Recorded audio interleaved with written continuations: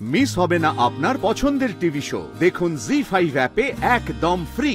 কাল নাগে ছোবল একেই বলে। আমি ভাবতে পারিনি যে রিসেপশনটা এত ভালো মতো হয়ে যাবে, খুব টেনশনে ছিল। সব থেকে বড় কথা হচ্ছে যে শ্রীপর্ণা এখনো সুস্থ আছে।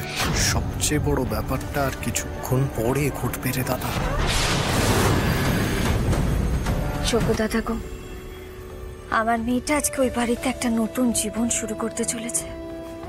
অনেক বাধা বিপত্তি পেরিয়ে তবে আজকের দিনটা আমরা দেখতে পেয়েছি।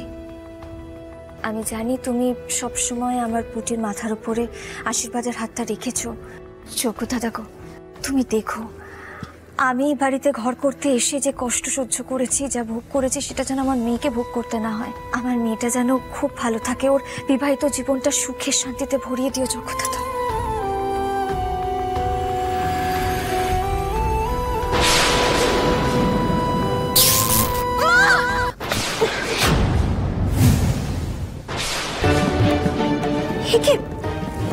প্রদীপটা নিভে গেল কেন?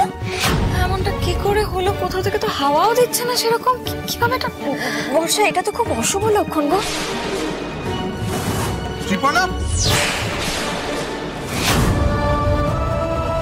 শ্রীপর্ণা, শ্রীপর্ণা, শ্রীপর্ণা, শ্রীপর্ণা, শ্রীপর্ণা, কি হয়েছে? বৌদি, শ্রীপর্ণা, শ্রীপর্ণা একবার চোখ খোলো, কথা বলো একবার। শ্রীপর্ণা, ঘরটা অন্ধকার, আলোটা জ্বালতে হবে তো। শ্রীপর্ণা, শ্রীপর্ণা, কি হয়েছে? আচ্ছা আমি যাচ্ছি। শ্রীপর্ণা, শ্রীপর্ণা, শ্রীপর্ণা, শ্রীপর্ণা ওঠো। শ্রীপর্ণা, শ্রীপর্ণা, শ্রীপর্ণা, শ্রীপর্ণা চোখ খোলো। এ কি? এই অবস্থা কি করে হলো? আমি তো জানি না, আমি তো তোমাদের সাথেই ছিলাম। তারপরে শ্রীপর্ণার একটা চিৎকার শুনলাম, এসে দেখি এরকম ভাবে পড়ে আছে। শ্রীপর্ণা চোখটা খোলো। শ্রীপর্ণা, দাদা কোনো কারণে অজ্ঞান হয়ে গেছে, চোখে মুখে জল দিয়ে দেখ যদি জ্ঞান ফেরে, না হলে তো আবার। না হলে তো কি, ওর কিচ্ছু হবে না, কিচ্ছু হবে না ওর। শ্রীপর্ণা চোখ খোলো। শ্রীপর্ণা, শ্রীপর্ণা, শ্রীপর্ণা চোখ খোলো। শ্রীপর্ণা, শ্রীপর্ণা, শ্রীপর্ণা, কি করবো এবার আমি? দাদা এ তো কোনো সাড়া দিচ্ছে না রে, চোখই খুলছে না।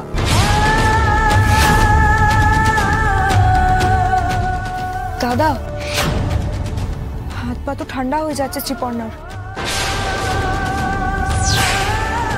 দাদা একবার পালসটা চেক করে দেখ তো।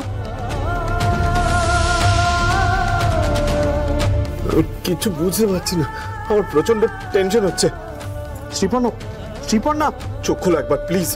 শ্রীপর্ণা, কি সর্বনাশ কাণ্ড হয়ে গেল, ফুলসজ্জার রাতে এরকম একটা ব্যাপার। না না, ওর কিচ্ছু হবে না। বারবার করে আমি আমার প্রিয়জনকে এইভাবে হারাতে পারবো না। ওর কিচ্ছু হবে না। শ্রীপর্ণা চোখ খোলো প্লিজ। শ্রীপর্ণা, শ্রীপর্ণা চোখ খোলো। কি করে হলো এমন? রনিতা তো দেখছি বড্ড বাড়াবাড়ি করছে। শ্রীপর্ণার কোনো ক্ষতি আর আমি হতে দেবো না। শ্রীপর্ণা চোখ খোলো প্লিজ। শ্রীপর্ণা, অপূর্ব তুই নিলয়কে ফোন করে বল হসপিটালে আসতে। আর অমলা তুই বাড়িতে থাক, বাবা মা যদি জানতে পারে ওরা প্যানিক করবে। আমি বরং শ্রীপর্ণাকে। দাদা তুই কোনো টেনশন করিস না, আমি আছি। আর কোনো প্রয়োজন পড়লে আমায় ফোন করবি দাদা, বলবি আমায়। সাবধানে সাবধানে নিয়ে যা, সাবধানে।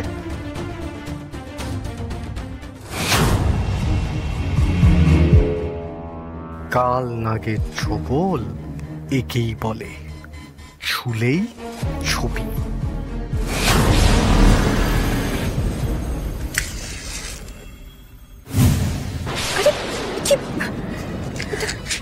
কি হলো? এমনটা কেন হচ্ছে বৌদি ভাই? আমিও তো বুঝতে পারছি না কেন। তেলটা কি বেশি হয়ে গেল নাকি নাকি চোখু দাদা কোনো অশুভ ইঙ্গিত দিচ্ছে না আমায়? ডক্টর, ডক্টর, ডক্টর কোথায়? স্যার এইদিকে। ডক্টর, এই যে পেশেন্ট।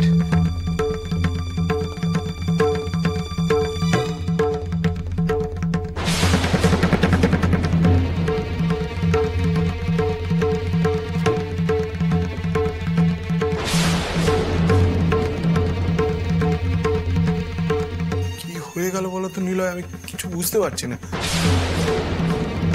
দেখুন আমি যা যা দেখলাম তাতে মনে হচ্ছে উনি হাই ভোল্টেজ কারেন্টে শক খেয়েছেন।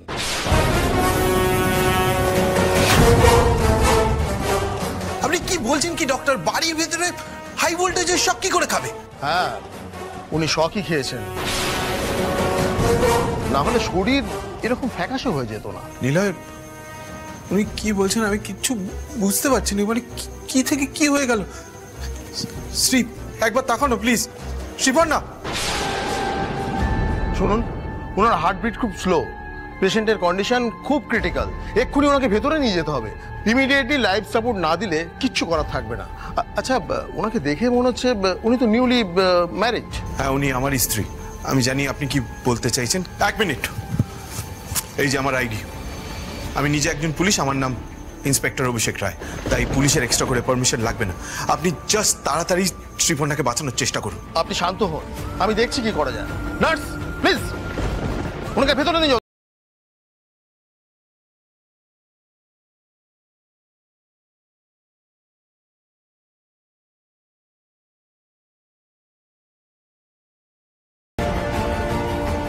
এবারও সে এক জিনিস, আবার অ্যাক্সিডেন্ট। আমি আটকাতে পারলাম না, আমি আবার ব্যর্থ হলাম।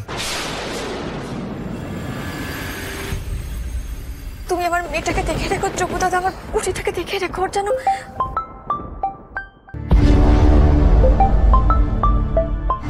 অভিষেক ফোন করছে কেন?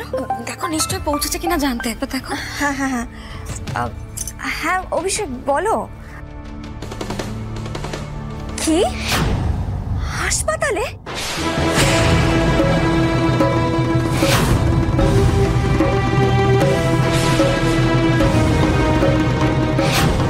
কি বলছো কি তুমি? আমার পুটির কি হয়েছেটা কি? আমি এক্ষুনি আসছি, আমি। বৌদি ভাই কি বলছো? পুটি হসপিটালে? হ্যাঁ, এই মাত্র দেখে এলাম, সুস্থ ছিল মেয়েটা। এখন এত কথা বলার সময় নেই, এক্ষুনি হাসপাতালে যেতে হবে। চলো চকু দাদা, আমার মেয়েটাকে দেখো চকু দাদা।